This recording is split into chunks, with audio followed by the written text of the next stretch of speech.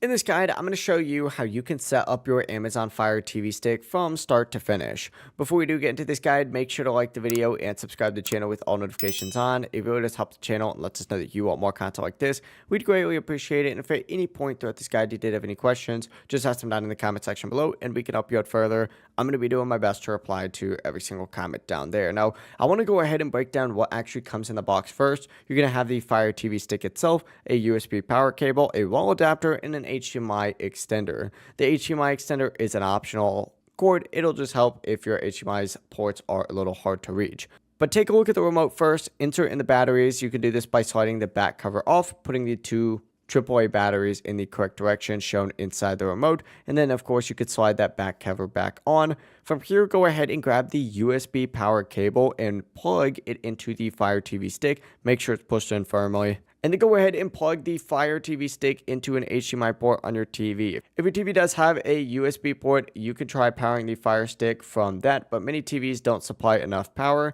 If you do get a power warning later, just use the wall adapter instead. Once everything's plugged in, turn on your TV, select the correct HDMI input that you plug the Fire Stick into, and you should see the Fire TV logo on screen. And now it's going to be time to pair that remote.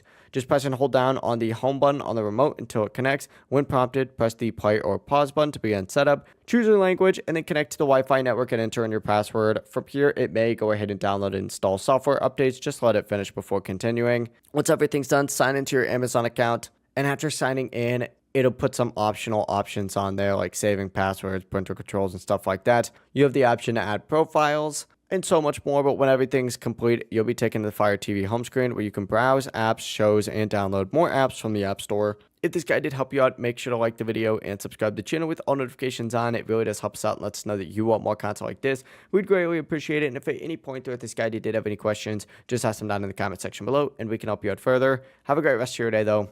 Peace.